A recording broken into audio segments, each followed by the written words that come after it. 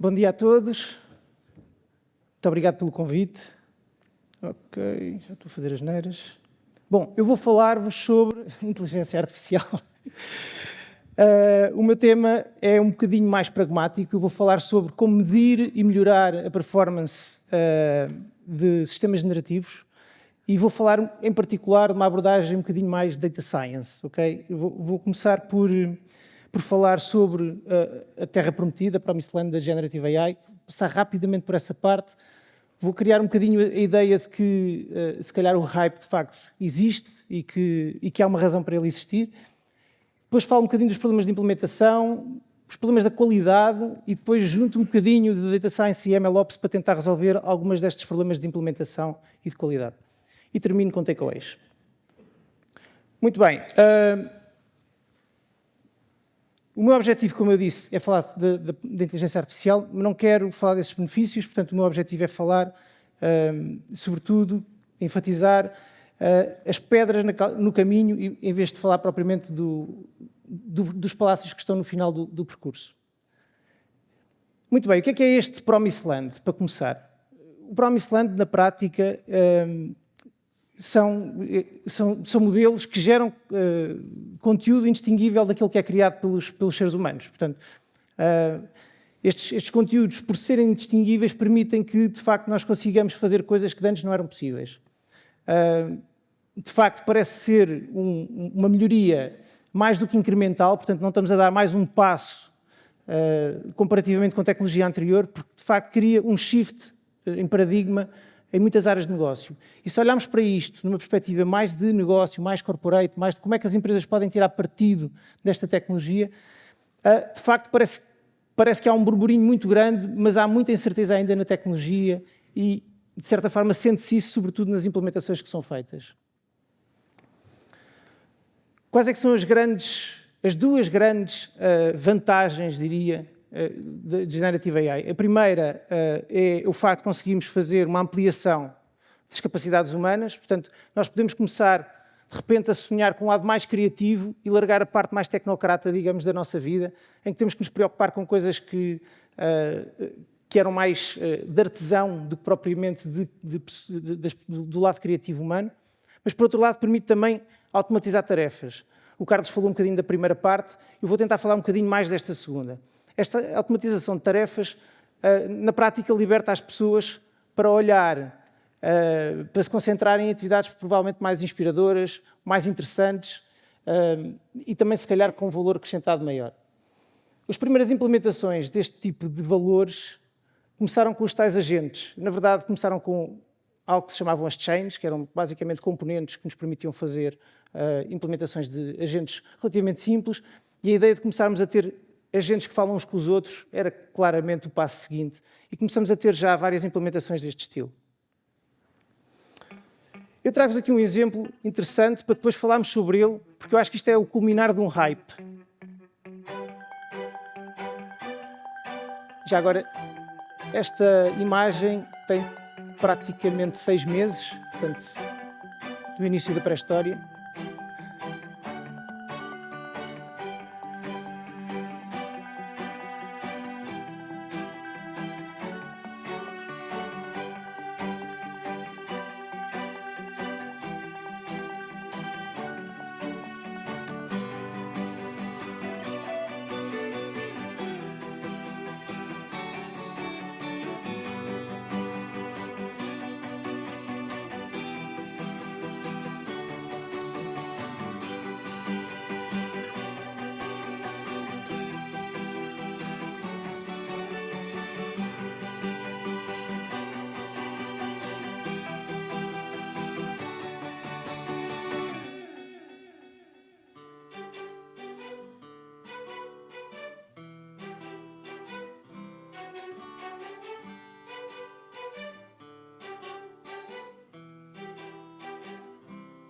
Ok. Vou cortar mais cedo. Nós, quando vemos estas imagens e quando vemos este cenário idílico das coisas a funcionar desta maneira, cometemos um erro fatal. É que esta é a nossa expectativa. Esta é a expectativa do que vai acontecer depois no futuro. E há dois problemas muito sérios ao olharmos para este tipo de publicidade e pensarmos que é assim que vai acontecer. O primeiro tem a ver com a nossa expectativa, como eu disse, e com o facto de nós esperarmos que qualquer implementação não vá ser de facto generativa, ou seja, não tenha a capacidade de vez em quando inventar. Reparem, o próprio humano faz isso, portanto, se eu perguntar 2 vezes a mesma pergunta a uma pessoa, as pessoas vão responder de maneira diferente. Portanto, é expectável que um sistema generativo tenha exatamente o mesmo tipo de comportamento. Também as suas respostas não sejam sempre iguais e, portanto, muitas vezes há uma quase perda de confiança no sistema quando ele não responde de forma completa, é incompleto ou responde só numa parte das perguntas, e este tipo de expectativa está claramente errado quando estamos a falar de sistemas generativos. O segundo problema leva-nos ao velho problema, na verdade, da medida de performance de sistemas de machine learning.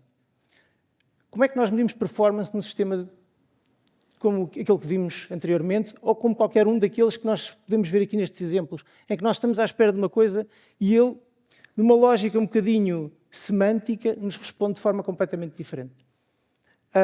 Os sistemas de machine learning têm uma característica: nós conseguimos testá-los contra um test set, conseguimos ter uma ground truth, portanto conseguimos ter uma base de verdade com a qual fazemos esse teste, conseguimos melhorar iterativamente sobre essa base de verdade, e quando a performance é boa o suficiente, o modelo torna-se útil para nós e nós podemos fazer deployment deste modelo. O que é que acontece neste tipo de sistemas, na verdade? A implementação de um sistema generativo obriga a que o nosso test set seja uma coisa um bocadinho diferente e obriga a que haja uma abordagem um bocadinho diferenciada para fazer este tipo de medições. Em primeiro lugar, porque as métricas tradicionais de precisão recall ou de métricas, por exemplo, como o erro quadrático médio, são métricas que, de facto, não são quantificáveis neste tipo de problemas. No entanto, era muito importante nós começarmos a caminhar para algo que se tenha algum tipo de precisão sobre isso, ou seja, que nós consigamos ter uma forma de medir e dizer este sistema está melhor que o anterior. Portanto, a capacidade de fazer esse tipo de medição é super importante também nestes sistemas. Ok, deixa-me só dizer mais uma coisa importante aqui. O truque que a indústria veio trazer, digamos, para comparar e para medir a performance dos sistemas LLM é utilizar, imagine-se, outras LLMs para medir a performance desta LLM e das suas respostas a uma pergunta. Portanto, evidentemente, isto é muito parecido com dar o teste ao aluno para ele avaliar e dizer quão bem é que está o seu próprio teste. Evidentemente, ele não consegue aprender a partir daí.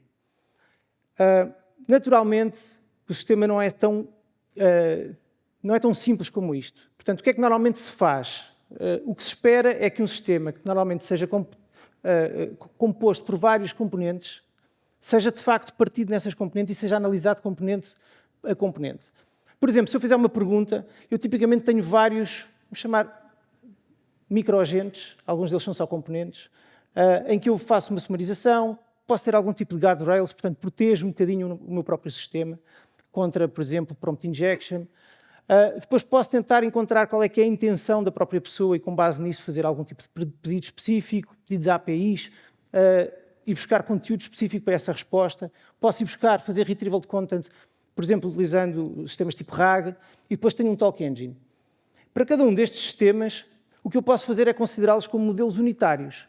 E eu agora consigo, de alguma maneira, consigo medir a performance de cada um deles de forma unitária também.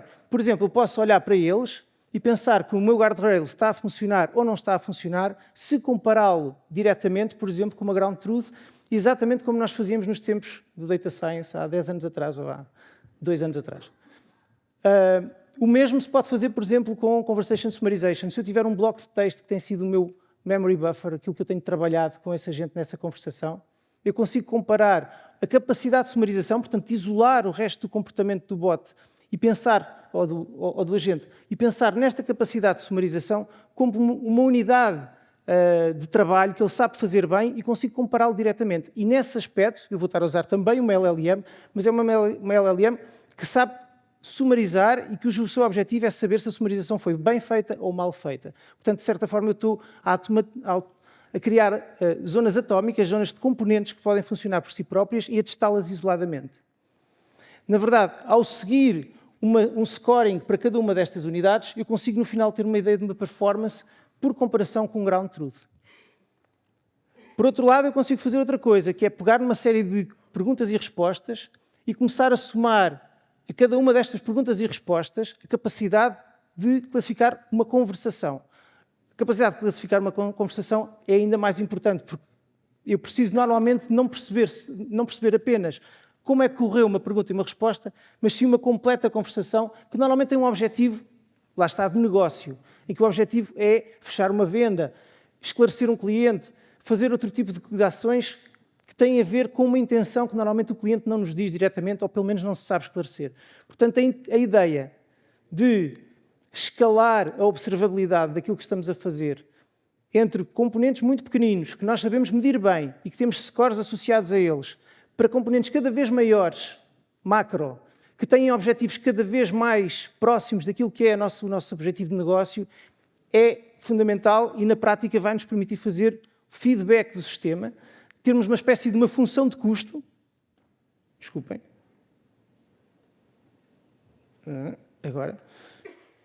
Temos uma espécie de função de custo que nos permite perceber, de certa forma, como é que podemos fazer feedback do sistema e ir melhorando iterativamente. Ao fazermos isto na prática, estamos a abrir uma nova porta para estes sistemas generativos, que na verdade ainda está mal aberta, ainda não é muito clara como é que se faz, que é a capacidade de utilizar a observabilidade, que já falámos há pouco. Portanto, conseguimos perceber em detalhe o que é que está a acontecer quando fazemos uma conversação ou quando fazemos uma pergunta e uma resposta e escalamos isto em termos de negócio e percebemos, primeiro, como é que melhoramos o conteúdo quando lhe falta algum conteúdo ou como é que melhoramos o modelo quando lhe falta alguma coisa no modelo, quando é que este modelo não está a funcionar exatamente como queríamos. E depois temos a capacidade de fazer aquilo que os modelos de Data Science já fazem hoje em dia, que é um deployment quando essa qualidade está ao ponto de ser útil.